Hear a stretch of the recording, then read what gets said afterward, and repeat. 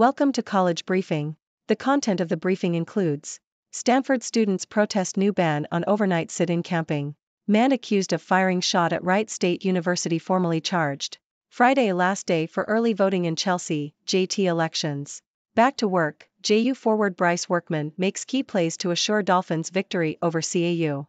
Quarterbacks coach Tavita Pritchard to remain with the Commanders in 2024. Stanford students protest new ban on overnight sit-in camping. Yahoo! Stanford University has banned overnight sit-in camping on campus, leading to protests from pro-Palestinian students who have been protesting the Israel-Hamas war for the past 112 days. The university previously allowed overnight camping in White Plaza to support the peaceful expression of free speech. However, a recent storm destroyed student tents and the university has now banned overnight activities, citing concern for the physical safety of the community. Man accused of firing shot at Wright State University formally charged. Yahoo! A man has been charged with felonious assault after firing a shot inside Wright State University. Daryl Patterson, who was visiting his girlfriend at the time, allegedly fired the shot during an argument over a missing phone charger.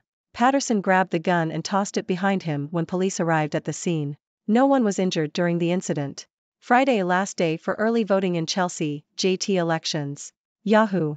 Today is the last day for early voting in the Chelsea School Board of Education primary and the Justice Diawa bond election. Those who do not make it to the Rogers County Election Board for the early voting will have a final chance to cast their in-person vote on Tuesday at their local precinct.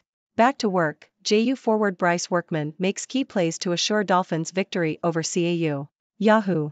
Bryce Workman, a player on the basketball team of Florida's Jacksonville University, JU, made a triumphant return to the court in a recent game against Central Arkansas University, CAU. Workman, who had been out of action for 63 days due to a broken hand, scored 10 points in the game and also grabbed 6 rebounds.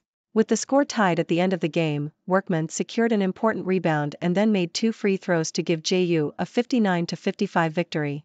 Quarterbacks coach Tavita Pritchard to remain with the Commanders in 2024. Yahoo! The Washington Commanders have made several key hires for their coaching staff. They are expected to hire former Eagles offensive coordinator Brian Johnson in a prominent role on the offensive coaching staff, likely as a pass game coordinator. They have also hired Jason Simmons as defensive pass game coordinator, and Tavita Pritchard will return as the quarterbacks coach. Pritchard was sought after by other teams but chose to stay in Washington. The team is focusing on the development of a young quarterback. Towson men's basketball can't keep up with hot shooting Delaware in 74-62 loss. Yahoo! The Towson Tigers men's basketball team lost 74-62 to the Delaware Blue Hens at home. This was the first loss in 19 home games for the Tigers and ended an 18-game run at home, the second longest active streak in the NCAA. Towson was unable to match the Blue Hens' prowess from three-point range, with Delaware shooting a season-high 57.9% from behind the three-point line and tying a season best with 11 threes on 19 attempts. Robotic device burned a woman's small intestine during surgery, lawsuit alleges. Yahoo! A robotic device burned and tore a woman's small intestine while she was receiving surgery for colon cancer, according to a wrongful death lawsuit filed this week in Florida. TSBA leaders question reveals similarities. Yahoo! The Tennessee School Boards Association Assistant Executive Director and General Counsel facilitating Wednesday's all-day retreat kicked off the meeting by seeking each board member's response. BOE modifies cell phone policy. Yahoo!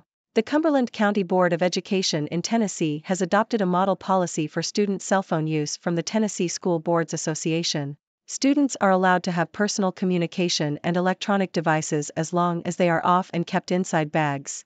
Teachers can also allow students to use devices at their discretion. The policy was approved on its first reading. A very un-Trumpy performance delivers for Trump at Supreme Court. Yahoo! Donald Trump had a very good day at the Supreme Court Thursday by doing something very un-Trumpy, pulling his punches. Trump's lawyer, Jonathan Mitchell, delivered a button-down presentation that omitted all the bombast and hyperbole the former president's legal representatives typically muster when they argue on his behalf. Mitchell, a prominent conservative lawyer from Texas, seemed almost subdued as he methodically fielded the justices' questions. By the end of the 2-hour argument, nearly all the justices appeared ready to side with Mitchell on the politically charged issue of whether states can remove presidential candidates from their ballots under the 14th Amendment's provision barring insurrectionists from public office. Written in the Sky, area pilot shows love for KC Chiefs, Travis Kelce, Taylor Swift. Yahoo! An assistant professor and pilot from the Kansas City area is using flight path skywriting to show support for the Kansas City Chiefs ahead of the Super Bowl on Sunday. Mujahid Abdul-Rahim flew a path in the shape of tight end Travis Kelce's jersey number 87, surrounded by a heart.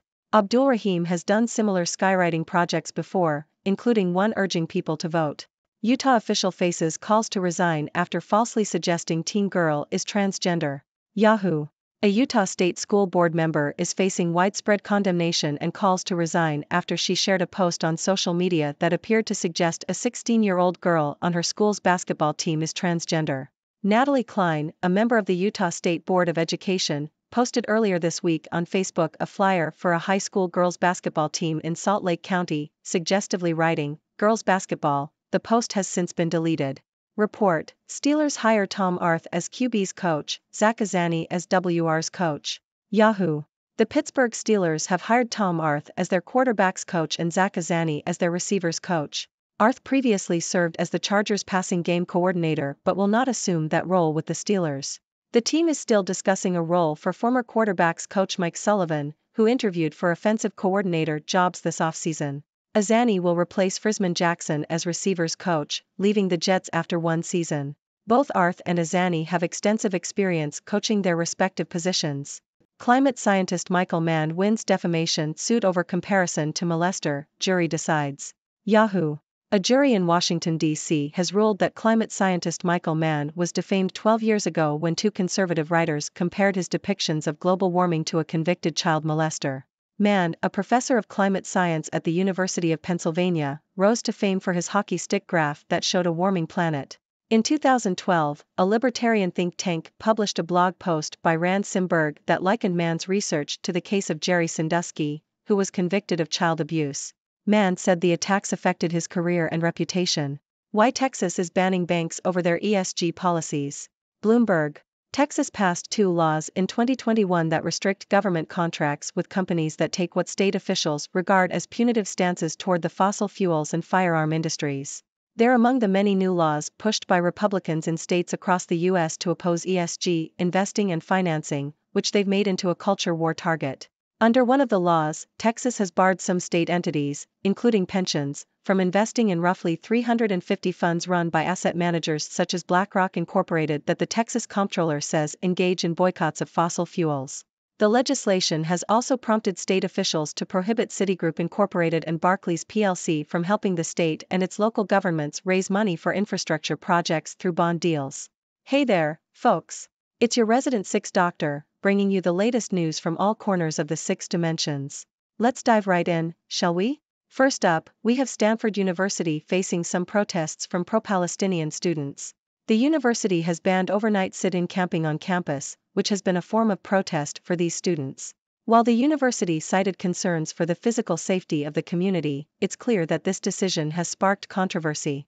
Moving on, we have a bizarre incident at Wright State University, where a man fired a shot during an argument over a missing phone charger. Thankfully, no one was injured, but it's a reminder of how quickly things can escalate over the smallest things. In other news, today is the last day for early voting in the Chelsea School Board of Education primary and the Justice Diawa bond election. So, if you're in the area and want to have your voice heard, make sure to get out there and vote. Sports fans, rejoice! Bryce Workman of Jacksonville University's basketball team made a triumphant return to the court after being out of action for 63 days due to a broken hand. He played a crucial role in securing a victory for his team. Talk about a comeback. Now, let's talk coaching staff. The Washington Commanders have made some key hires, including former Eagles offensive coordinator Brian Johnson and defensive pass game coordinator Jason Simmons. But perhaps the most interesting news is that quarterbacks coach Tavita Pritchard will be staying with the team despite being sought after by other teams. Looks like the Commanders are putting a strong focus on developing their young quarterback. In the world of college basketball, the Towson Tigers suffered their first home loss in 19 games to the Delaware Blue Hens.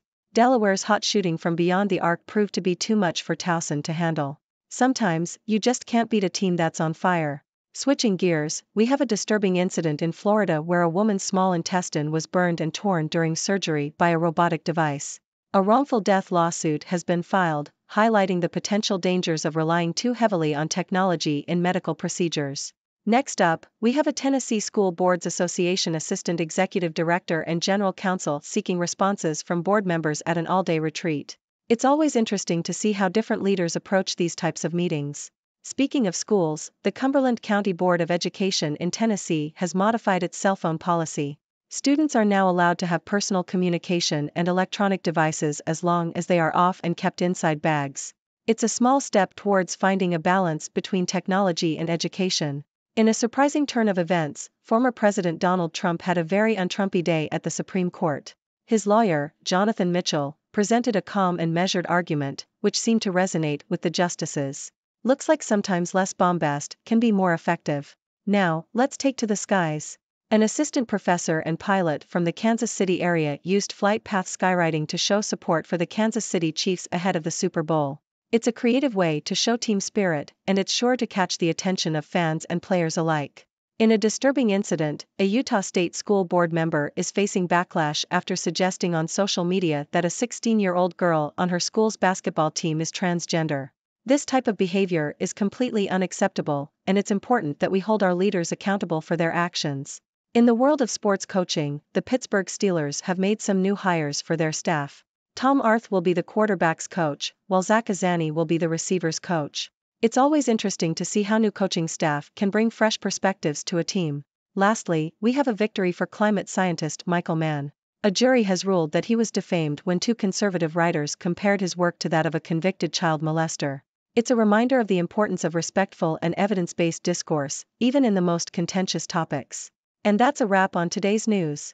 Remember, folks, it's important to stay informed and engaged with the world around us. So, what are your thoughts on these stories? Do you have any burning questions for me? Let's hear what you've got. Thank you for tuning in. The content above showcases the latest briefing reports and analytical synopses, thoughtfully curated by the 6Do team. These insights stem from a wide array of reputable media outlets, think tanks, government sources, and specialized experts worldwide. We encourage you to explore these sources for a comprehensive perspective.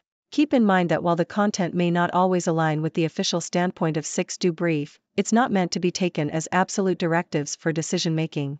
Comprising seasoned media professionals, learned scholars, and accomplished scientists, the 6Do team embodies a trailblazing, fully independent media entity. To customize 6Do Brief to meet your professional needs, you have the option to subscribe to a diverse array of briefings on our website, 6dobrief.com. Regardless of your location, you can conveniently receive 6Do Brief via email.